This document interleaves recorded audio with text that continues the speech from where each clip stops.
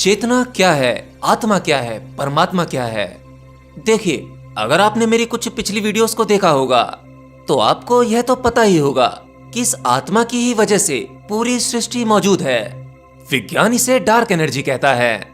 आपको अपनी आंखों से या भावों से जिन भी वस्तुओं में जो भी गुण देखते हो, वह सभी गुण आत्मा की ही वजह से हैं। जैसे आप किसी वृक्ष को देखते हो, पौधे को देखते हो, उनका साइज एंड शेप देखते हो। आप किसी फल को गौर से देखना, उस फल का वो रंग, वो आकृति, उसमें मौजूद वो मिठास, ये सब क्यों है? अलग अलग फूलों में मौजूद वो अलग अलग रंग जो आपकी आंखों के माध्यम से आपको आकर्षित करते हैं। एक सामान्य फूल के पौधे में या किसी वृक्ष में आप साधारणतः पानी या खाद डालते हैं, परंतु उनमें वो रंग कहां से आते हैं, वो मिठास कहां से आती है? उनके वो सभी गुण आत्मा की वजह से ही आते हैं। आप क्या सोचते हो, आप इस प्लेनेट अर्थ पर कुछ खास व्यक्तित्व रखते हो? नहीं, आत्मा मनुष्य और वस्तु में भेद नहीं करती। वो सब में उतनी ही है जितनी आप में है। आत्मा तो पत्थर में भी उतनी ही है। तो ये तो थे आत्मा की वजह से सभी प्राणियों में, उनमें उत्पन्न होने वाले गुण। अब बात करते हैं चेतना क्या है।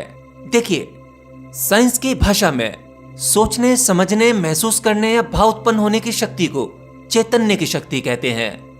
आपको अपने आसपास के वातावरण में वस्तुओं को देखकर उनके बारे में विचार उत्पन्न होना, उनका बोध होना, उन सभी के बारे में आपके मन में जो समझ का उत्पन्न होना और उनका विश्लेषण करने की शक्ति का ही नाम चेतना है। परंतु यह आत्मा नहीं है।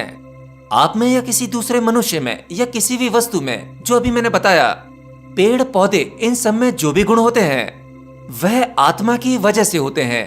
परंतु आत्मा इन सबसे अलग है। इन सब में आत्मा होने की वजह से ये गुण बाद में उत्पन्न होते हैं। किसी के भी गुणों का अपना कोई अस्तित्व नहीं होता, आत्मा की वजह से ही उनका अस्तित्व बनता है। जैसे कभी आप ये मत समझना, अगर कोई व्यक्ति बुरा है तो उसकी आत्मा बुरी नहीं है। अच्छा या बुरा होना ये आत्मा का गुण नहीं होता। अगर कोई व्यक्ति किसी की हत्या कर देता है, हत्यारा है, तो ये हत्यारा होना भी आत्मा का गुण नहीं है। यह गुण तो मन के होते हैं।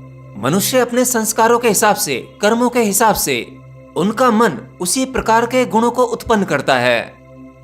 तो किसी की आत्मा हत्यारी नहीं होती या बुरी नहीं होती।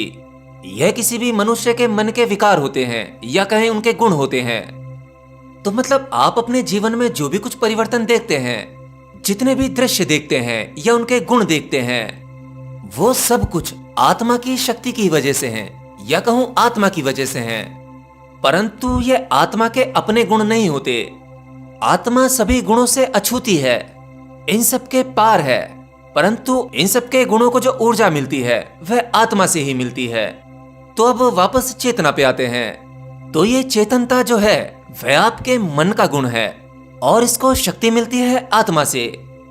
तो जब कोई साधक धीरे धीरे अपनी सूक्ष्मता की ओर बढ़ता जाता है, अपने में गहरा उतरने लगता है, जैसे जब आप अपने सूक्ष्म शरीर में प्रवेश करते हैं, तब आपकी चेतना ज्यादा अच्छी होती है।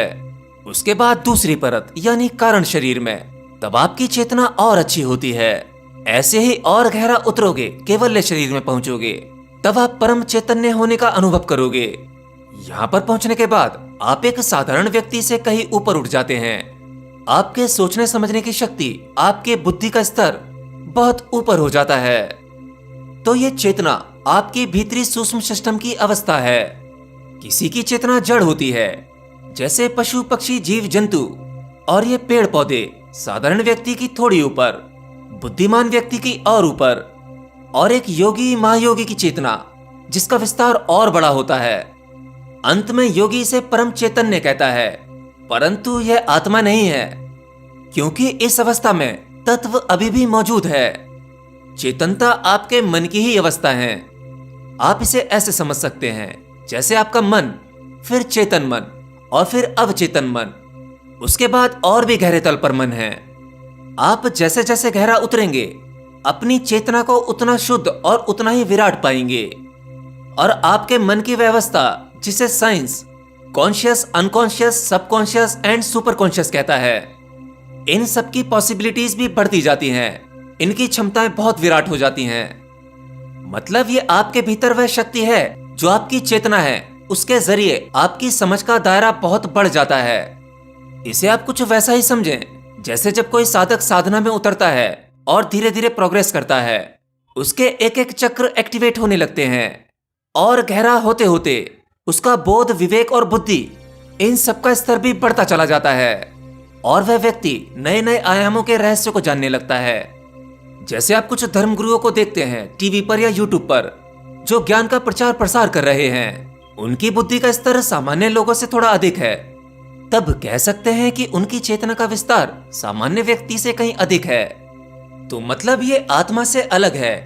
आपकी चेतना आपकी आत्मा का गुण नहीं है, क्योंकि जब तक तत्व है तब तक आपकी चेतना है।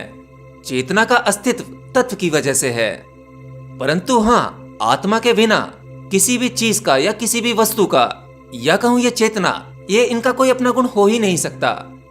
इन सबके गुण या इनका अस्तित्व केवल आत्मा की वजह से है, परंतु यह आत्मा नहीं है। कई बार साधक को भ्रम हो जाता है। जब साधक इस अवस्था पर पहुंच जाता है, चेतना की उस खास अवस्था पर, तब वह उसी को ही परमात्मा समझने लगता है।